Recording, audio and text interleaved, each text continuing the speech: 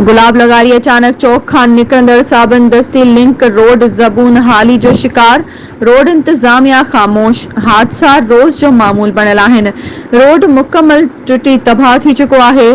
साबन दस्ती link road सवे ॻोठनि खे हिक ॿिए सां मिलाए थो। साबन दस्ती रोड मां सवे ॻोठनि शादमान लगारी, अली खान लगारी, हाफ़िज़ मोहम्मद उमर लगारी, मौलवी पीर मोहम्मद चांडियो, पीर हुसैन शाह, ॻोठ अली गुलाम लगारी ऐं ॿियनि घणनि ई ॻोठनि जा रोड निकिरनि था। साबन दस्ती लिंक रोड जी मरम्मत न थियण कारण रोड जो मटीरियल निकिरी वियो आहे। रोड में काफ़ी खॾा पइजी विया आहिनि। चूंडियल नुमाइंदनि जी बि साबन दस्ती रोड ते नज़र न पई। उन्हनि ॻोठनि जे माण्हुनि खे बरसातुनि में वरी मुश्किलातुनि खे मुंहुं ॾियणो पवे थो। ॿियनि शहरनि ऐं ॻोठनि ॾांहुं रोडनि जा तरक़ियाती कम जारी आहिनि, पर साबन दस्ती लिंक रोड जे सूरतहाल बेदबत्तर आहे।